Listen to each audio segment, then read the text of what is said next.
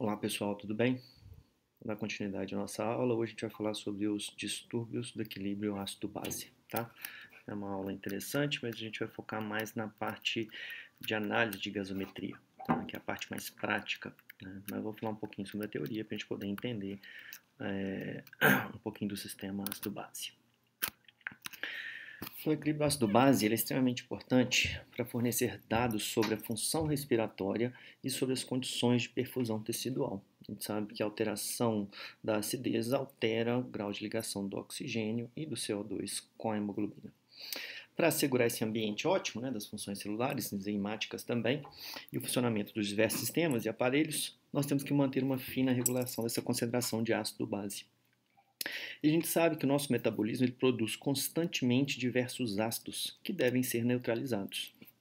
Então a gente vê que a gente tem diversas fontes de hidrogênio, o próprio metabolismo aeróbico da glicose, que no final das contas a gente vai formar ATP mais gás carbônico, é uma fonte de hidrogênio.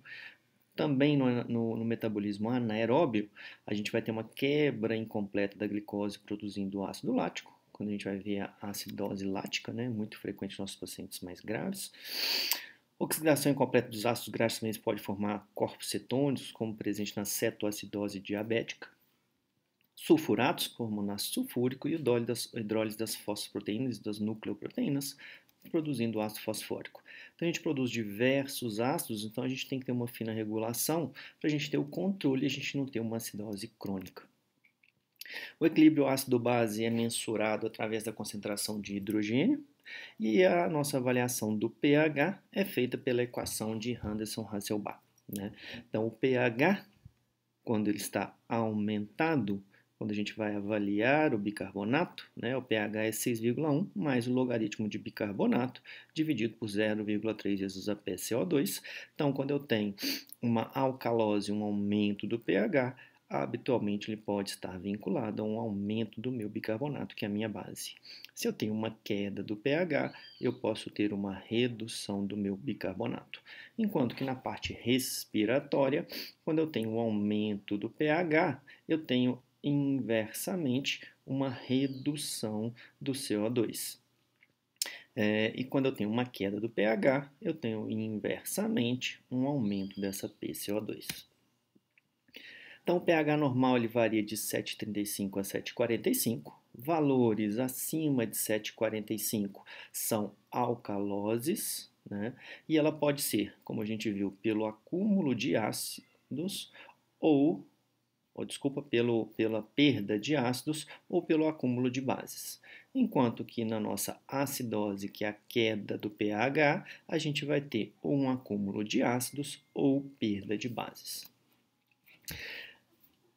A gente tem diversos sistemas que protegem e mantêm esse pH nesse limite de 7,35 e 7,45. Os principais sistemas tampão são formados pelo bicarbonato, pelo fosfato, pelos ossos, pela hemoglobina e pelas proteínas plasmáticas e intracelulares.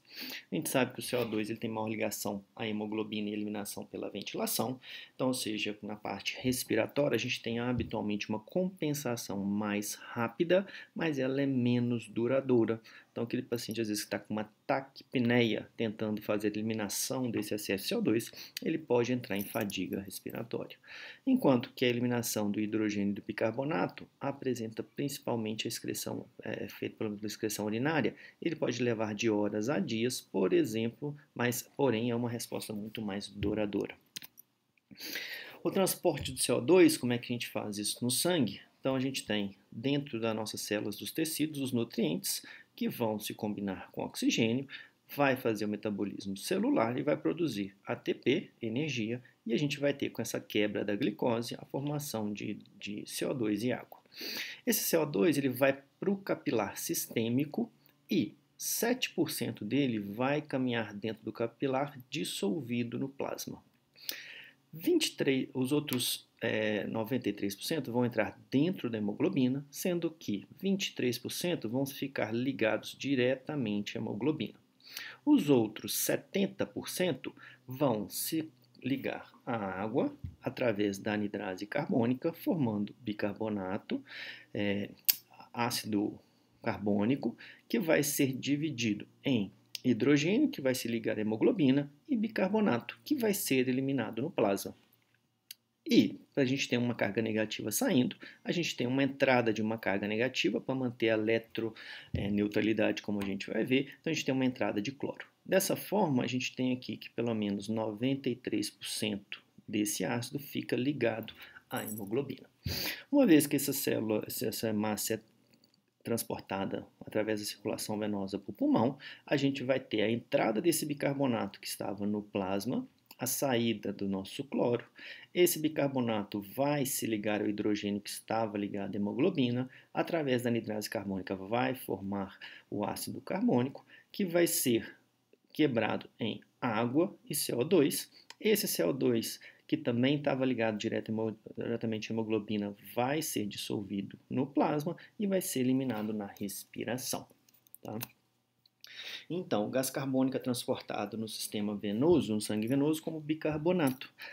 A hemácia transporta o hidrogênio, não ocorrendo dessa forma alterações no pH sanguíneo. Não vamos esquecer que toda vez que eu tenho entrada ou saída de bicarbonato, vai ter uma troca com o cloreto, carga negativa com carga negativa, para a gente manter a eletroneutralidade. No alvéolo pulmonar, a gente vai ter o processo revertido, o oxigênio desloca o hidrogênio da hemoglobina, este vai ligar-se ao bicarbonato, que vem do sangue, para o eritrócito, em troca com o cloro. O hidrogênio combina-se com esse bicarbonato, formando o gás carbônico, que vai ser trocado com ar expirado e água. Anion gap é o hiato aniônico de íons não mensuráveis. O que é um anion gap? A gente tem que ter no nosso organismo uma eletroneutralidade, ou seja, as cargas positivas têm que ser igual às cargas negativas do nosso plasma.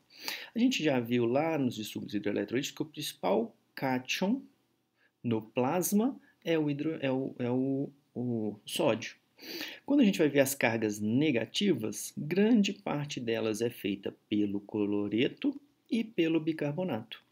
Diversos outros ânions não são mensuráveis. Então, esses ânions correspondem por uma pequena parte, um pequeno gap, né, que eles não são medidos. Então, esses ânions que complementam essa eletroneutralidade, eles são chamados de anion gap, ou hiato iônico, que eles são principalmente compostos pelas proteínas plasmáticas albumina, os sulfatos, os fosfatos e os nossos ácidos orgânicos, seja lactato, citrato ou ácido úrico.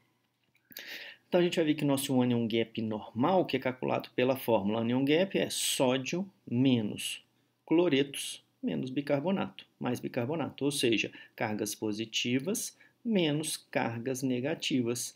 Essa diferença é representado por esses outros ânions não mensuráveis. Esse valor normal é de 12 mais ou menos 2. Não vamos esquecer que as proteínas plasmáticas como albuminas fazem parte. Então, às vezes, aquele nosso paciente muito desnutrido, a gente vai ter que fazer uma correção pela nossa albumina, que ela pode ser medida. Então, na nossa avaliação do pH acima de 7,45 nós temos alcalose, o pH abaixo de 7,35 nós temos acidose.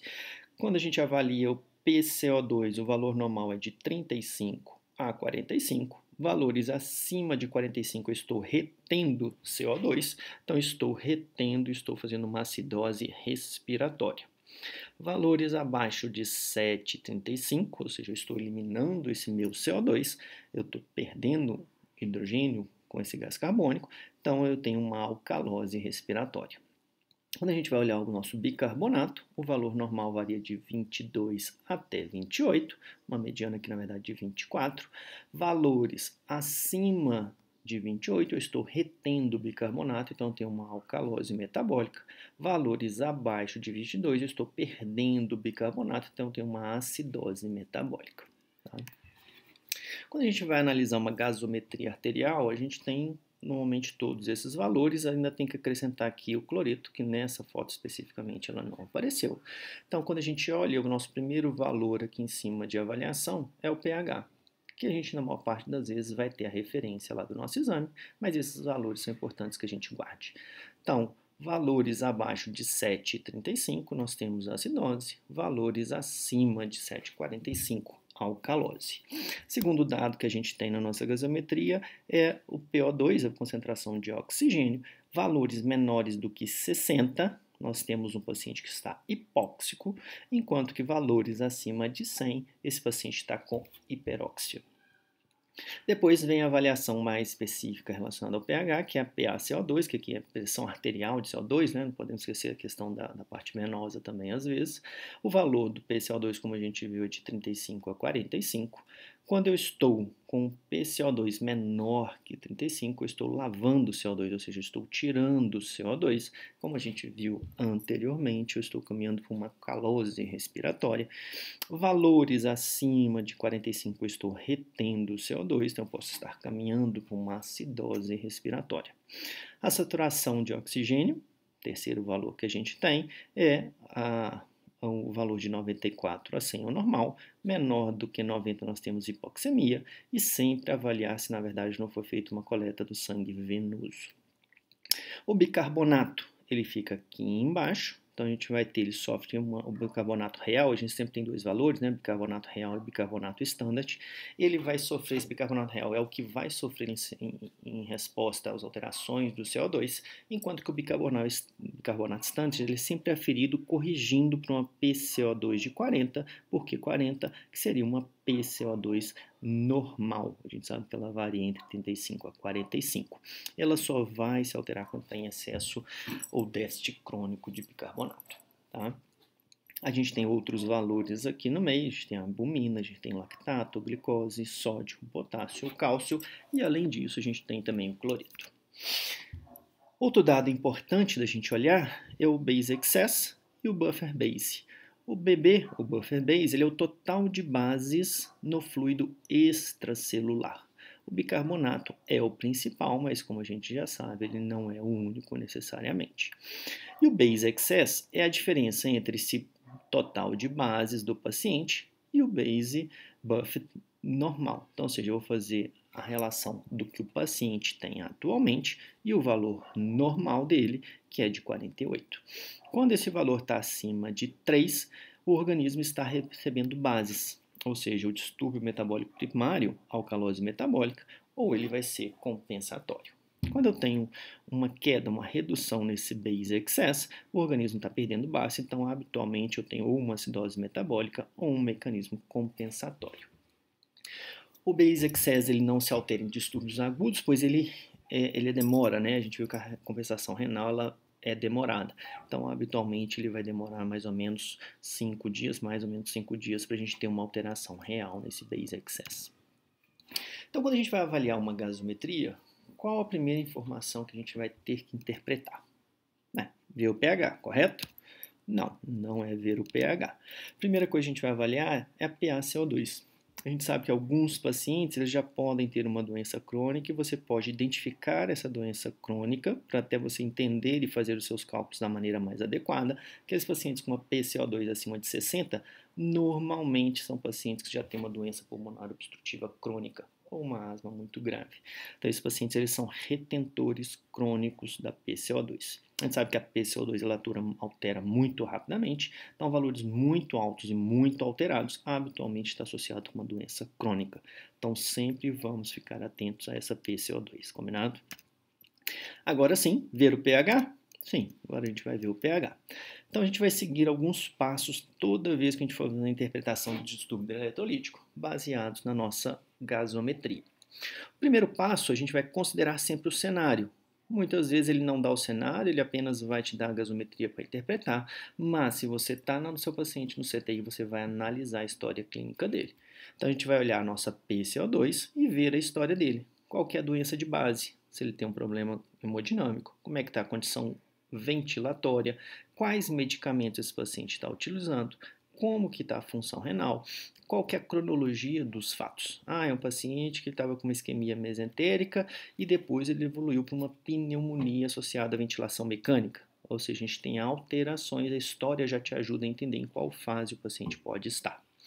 Comparação dessa gasometria, ou seja, a gente faz gasometrias seriadas, às vezes um exame é difícil a gente poder dar uma resposta, e como a gente sabe que a parte respiratória pode se modificar rapidamente, fazer exames sequenciais às vezes é importante, até para a gente poder saber medir e alterar o nosso ventilador.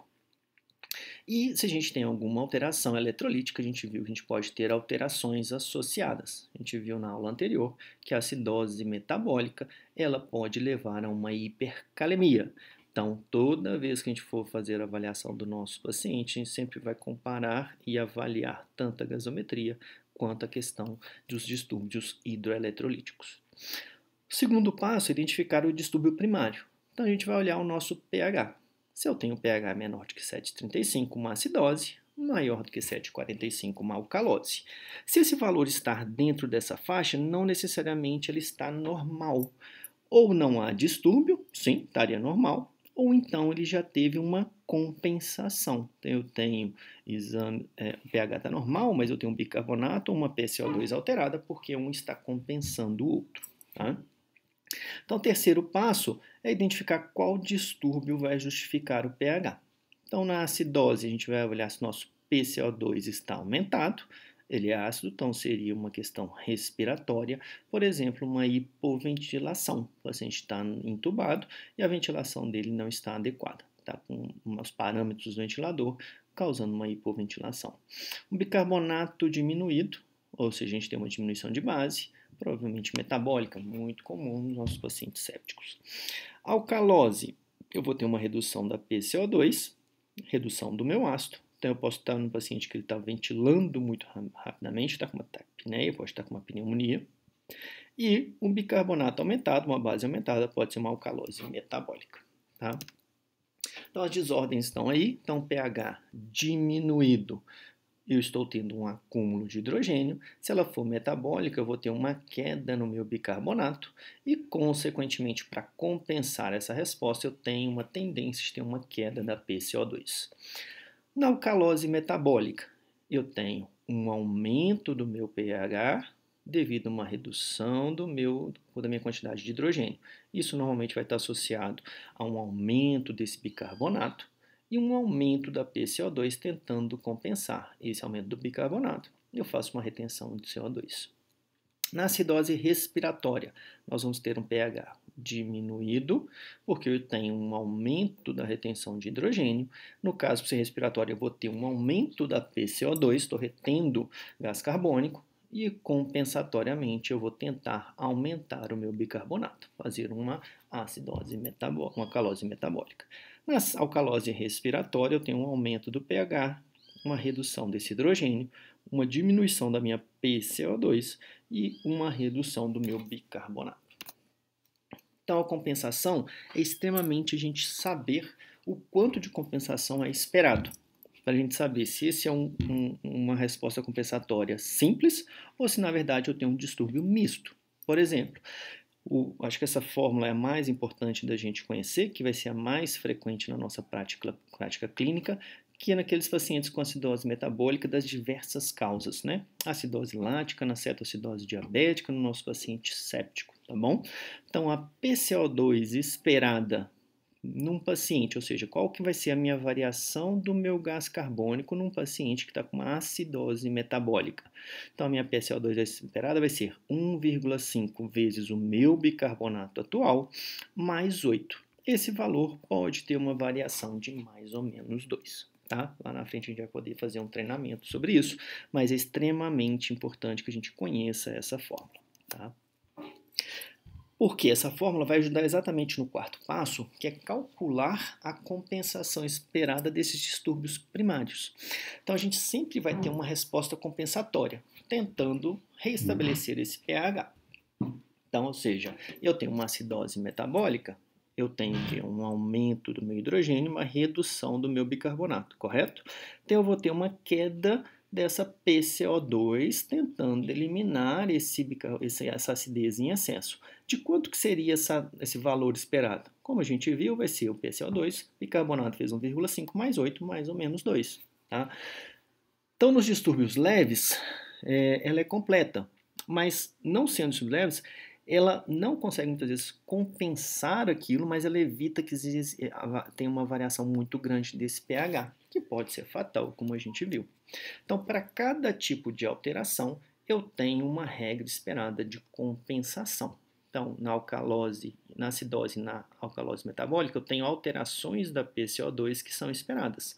Enquanto na acidose e alcalose respiratória, eu tenho alterações no bicarbonato que são esperados.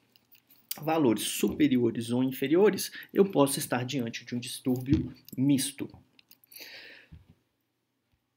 Quinto passo é avaliar se existe outro distúrbio associado, que é exatamente fazendo esses cálculos. Então, caso o pH, PaCO2 e o bicarbonato não correspondam às regras de compensação esperadas, estamos diante, sim, de um distúrbio misto. Por exemplo, no paciente que ele tem uma acidose metabólica, se a PCO2 for maior do que o esperado, eu estou diante de uma acidose respiratória, ou seja, eu tenho uma acidose mista.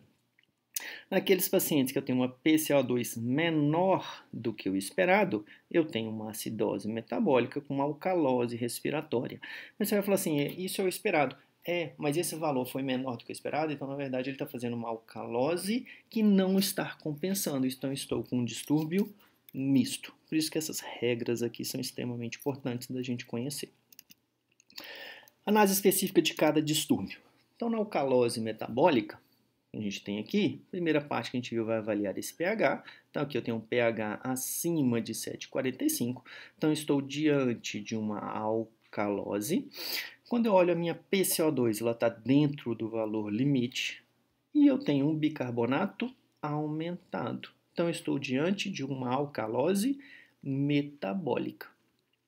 Então, a gente vai sempre, nesses casos desses pacientes de alcalose metabólica, dosar o nosso cloreto urinário para a gente saber se está tendo perda ou retenção desse cloreto. Então, cloretos menores do que 25, habitualmente está diante de uma perda de volume intravascular. Então, eu tenho uma reabsorção aumentada de sódio, como nós vimos, né? Então, se eu tenho uma queda da pressão, vou ter aquele estímulo ao sistema renina, angiotensina, aldosterona. Com isso, a gente vai aumentar a reabsorção de sódio. Em compensação, eu aumento a excreção de hidrogênio, tá? Então, nesse caso, a gente vai ter uma alteração do cloreto. Por quê? Porque eu vou ter uma excreção aumentada tanto de sódio quanto de bicarbonato. E para manter uma eletroneutralidade, eu absorvo mais esse cloreto. Então, é muito comum nas estenoses de pyloro, Soliger-Ellison, nossas sondas nasogástricas, baixa expressão de cloro e assim por diante. Naqueles pacientes com cloreto acima de 40, eu tenho uma excreção renal aumentada tanto de sódio, cloreto e água. Então, síndrome de Bardet, hiperplasia de adrenal e o hiperreninismo. Acidose metabólica. Então, a gente vai avaliar o nosso pH de 7,08, está menor do que 7,35, então uma acidose importante, né? Uma acidose abaixo de 7,1. Quando eu olho o meu PaCO2 de 35, dentro do meu limite, e o meu bicarbonato muito diminuído. Então, aqui a gente está tendo uma perda de bicarbonato. Então, nesse caso, estamos diante de uma acidose metabólica. Na acidose metabólica, nós sempre temos que dosar o nosso anion gap, tá? Para ver se nós estamos tendo acúmulo de outros ácidos ou se nós estamos tendo perda de bicarbonato. Então, dosou o anion gap. Se o anion gap maior do que 14, a gente viu que o anion gap é 12 mais ou menos 2, perda de bicarbonato. Se ele é acima de 14, eu estou tendo algum acúmulo de outros ácidos, seja o lactato, seja corpos cetônicos e assim por diante. Então, acidose metabólica com anion gap normal. Isso aqui está associado ao quê? A nossa perda de bicarbonato, combinado? Então, o normal seria sódio 140, cloro 106, bicarbonato 24 e o anion gap ali mais ou menos 10. No anion gap normal, nós estamos perdendo bicarbonato. Então, eu diminuí a minha quantidade de bicarbonato e eu aumentei em compensação o meu cloro. Então, ou seja, o meu anion gap se manteve às custas do aumento de cloro. Então, isso que significa uma acidose metabólica com anion gap normal. Eu não tive o aumento de outros ânions. Foi às custas do aumento de cloro. Isso é muito comum das bicarbonatos na diarreia, nas fístulas biliares, nas fístulas pancreáticas. Tá? Então, nessa parte cirúrgica, a gente tem que ficar muito atento com esses pacientes. Excesso de hidratação com salina também, intoxicação por ácido clorídrico, anfotericina B. Anion gap aumentado. A acidose metabólica com anion gap aumentado, a gente está tendo acúmulo de outros ácidos. Então, o que a gente vai ver aqui, da mesma forma da outra vez, eu tenho meu sódio de 140. Eu mantive aqui, na verdade, o meu cloro em 106. O meu bicarbonato ele está reduzido, da mesma forma, porque eu tenho uma acidose metabólica, mas eu tive um aumento do anion gap. Ou seja, nesse caso, eu tive alguns outros ácidos, que na verdade, quando eu tenho o ácido lático, ele vai se dissociar, na verdade, formando um quê? Lactato. Então, eu tenho o H+, que justifica a minha acidose e o meu consumo de bicarbonato, e eu acumulo o quê? O ânion dele, né? Que é o lactato. Nas cetoacidoses diabéticas, os corpos cetônicos, a gente tem esse acúmulo. Então, isso daqui, que é um anion gap, uma acidose metabólica, com anion gap, o quê? Aumentado. Então, ela é muito comum na acidose lática, na cetoacidose, seja diabética, jejum prolongado ou alcoólica, intoxicações pelo AS, metanol, a gente viu aí agora, muito comum aí no nosso meio dietileno-glicol, então acho que vale a pena a gente estudar um pouquinho sobre isso, porque como é uma coisa recente, pode estar nas nossas provas, acidose, rabdomiose, hiperbilinemia, acidoses metabólicas e os erros inatos do metabolismo. Então, a acidose metabólica com anion gap aumentado, a gente vai ter uma queda da concentração do bicarbonato, como a gente viu, e ela deve ser sempre proporcional ao aumento do meu anion gap. Então, ou seja, a perda que eu tive de bicarbonato, ela tem que ser proporcional ao meu anion gap, que é isso daqui. Deixa eu voltar um pouquinho. Eu tive uma queda aqui de 24 para 4. O meu aumento aqui, ele tem que ser o quê? Proporcional. Se de alguma forma, no caso aqui estava 10, foi para 30, 20. De 24 para 4, 20. Então, ou seja, nesse caso aqui foi proporcional. Então, essa variação do anion gap dividido pela variação do bicarbonato, ela tem que ser entre 1 e 2. Por quê? Se eu estiver diante de uma alteração menor do que 1 ou acima de 2, eu posso ter distúrbios mistos, combinado? Então, a variação maior do que 2, a variação do bicarbonato, ela foi menor, ou seja, o meu anion gap variou muito mais do que eu consegui variar o meu bicarbonato. Foi menor do que o anion gap, então a gente vai ter uma acidose metabólica com um anion gap aumentado, mais ainda associada a uma alcalose metabólica. Então, olha que interessante. Eu tenho uma acidose metabólica e uma alcalose metabólica. Como que isso pode ser possível? Que eu tenho acidose metabólica pelo consumo do meu bicarbonato, mas eu preciso produzir tanto ácido lático, tanto cetoacidose assim, que eu tenho uma quantidade excessiva de ânions negativos, então eu tenho uma alcalose metabólica, combinado? Porque o meu bicarbonato ele não conseguiu acompanhar a variação do meu anion gap. Menor do que 1, a variação do anion gap foi menor do que a bicarbonato, ou seja, o bicarbonato ele conseguiu se alterar mais do que o anion gap. Então, nesse caso, eu tenho um anion gap aumentado com o anion gap com AG normal, porque a minha variação foi principalmente relacionada ao bicarbonato. Então, vamos ver um exemplozinho aqui. Então, nessa gasometria, a gente tem um paciente com um pH de 7,8, então tem uma acidose metabólica. Eu tenho uma PaCO2 de 35, eu tenho um bicarbonato de 10. Nas nossas gasometrias sempre vão vir todos estes valores. A gente vai ter o valor de todos os nossos íons, porque a gente sabe que os distúrbios eles andam juntos, combinado? Então, o PCO2 esperado seria 10, que é o meu bicarbonato atual, vezes 1,5 mais 8. Então, esse valor aqui deu 23. nós sabemos que esse valor pode ser mais ou menos 2, então ele pode variar de 25 a 21. Como eu não tive a queda do PCO2 esperado, eu tenho uma acidose metabólica, bicarbonato diminuído, e uma acidose respiratória. Por quê? Quando eu não tenho uma acidose metabólica, eu não espero fazer uma alcalose respiratória, e nesse caso aqui eu não conseguir baixar o meu PCO2. Ele teria que estar entre 25 e 21. Como ele está aqui, eu tenho uma acidose metabólica e uma acidose respiratória. Nesses casos, a gente sempre tem que calcular o nosso anion gap. Então, o anion gap é o sódio, está aqui, 142, menos os nossos ânions, que são quem? O meu bicarbonato, que é 10, mais o meu cloro, que está aqui, 112.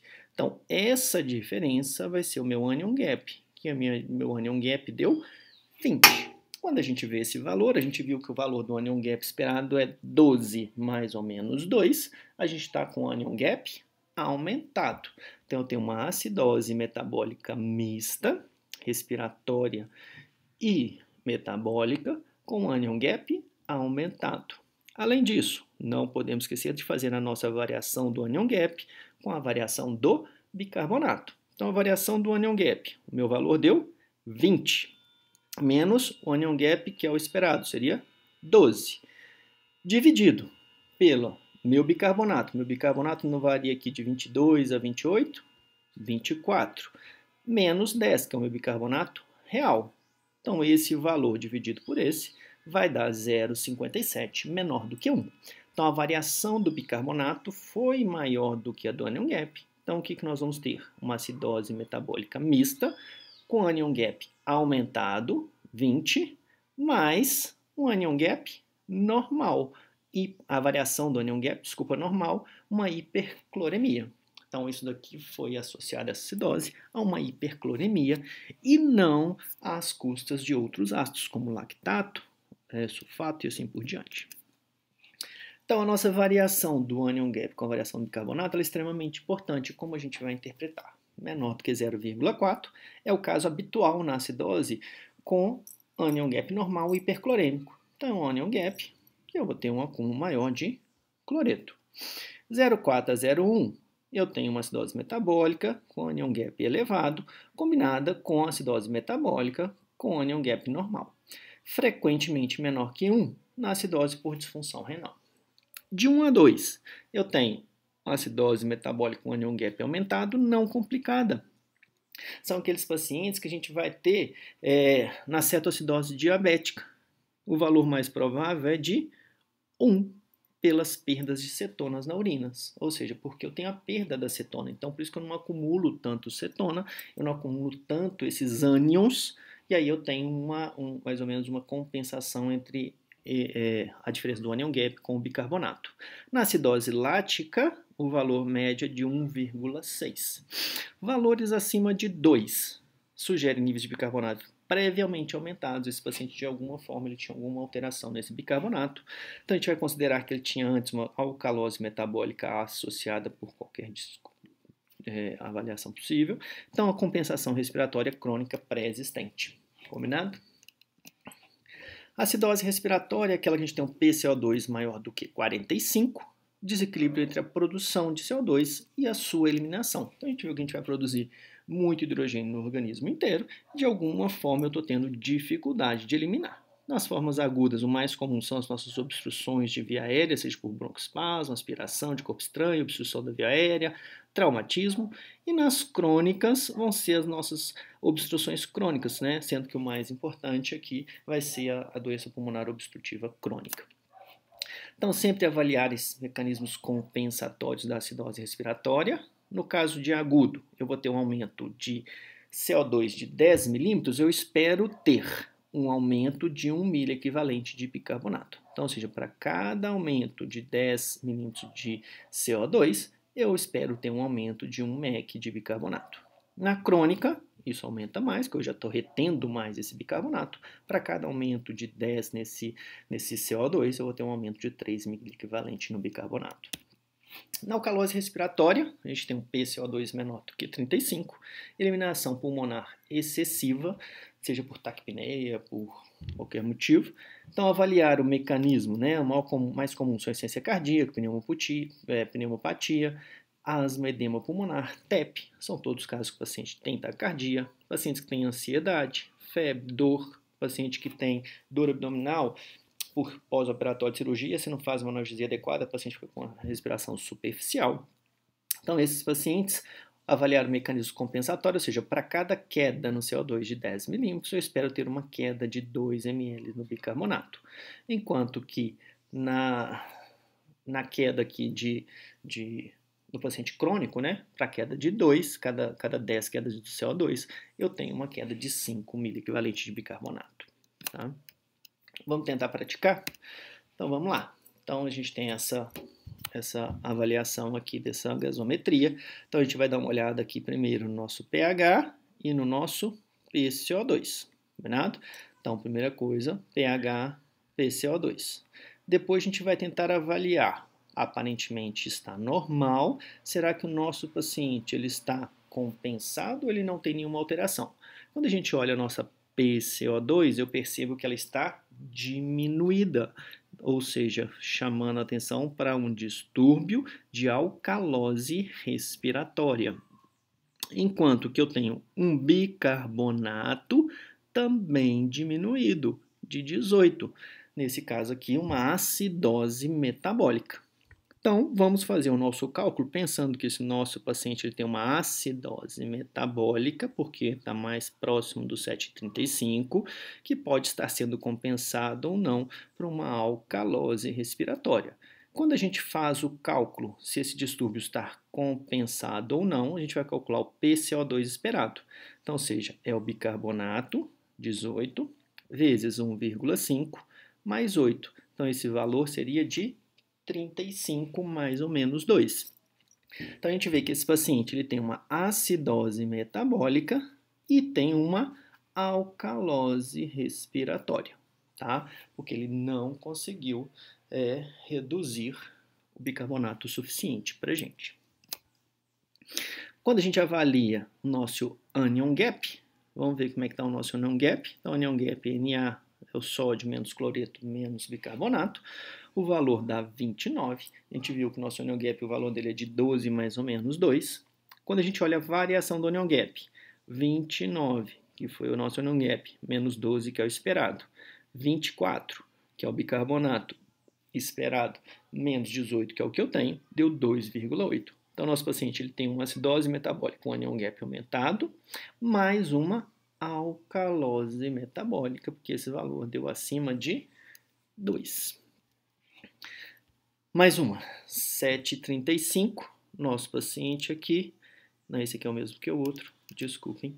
Então, resumindo, primeira coisa, a gente vai reconhecer o distúrbio primário, se é uma acidose ou se é uma alcalose. Fazer os cálculos da compensação, se ele está compensado ou se eu tenho um distúrbio misto. Se a acidose metabólica, ou seja, sempre que a gente vai diante de uma acidose metabólica, vocês têm que guardar isso, a gente tem que calcular o nosso anion gap, que é sódio menos cloro mais bicarbonato. Não podemos esquecer que esse valor é aproximadamente 12. Se a gente tiver um anion gap aumentado, temos que calcular a variação do anion gap com a variação do nosso bicarbonato. Se é alcalose metabólica, dosar o cloro urinário. Sempre analisar o nosso cenário clínico e sempre tratar a nossa patologia de base. Isso aí é uma questãozinha para vocês poderem fazer, a gente poder treinar. Então, um paciente aí que está com pH de 7,15, uma PaCO2 de 45, uma PaO2 de 95, um base excess de menos 12 e um bicarbonato de 22. Então, como que está o nosso paciente? Ele tem uma acidose, né? Ele tem um bicarbonato de 22 e uma PaCO2 de 45. Então, nesse caso, a gente pode pensar, será que esse paciente tem uma pneumonia, tem um choque séptico, ou seja, as duas coisas juntas, uma levando a um quadro de retenção de CO2 e a outra levando a uma redução do meu bicarbonato. Obrigado, pessoal. Valeu, espero que tenha ajudado. A gente pode fazer algumas discussões no nosso fórum e agradeço a todos. Um abraço.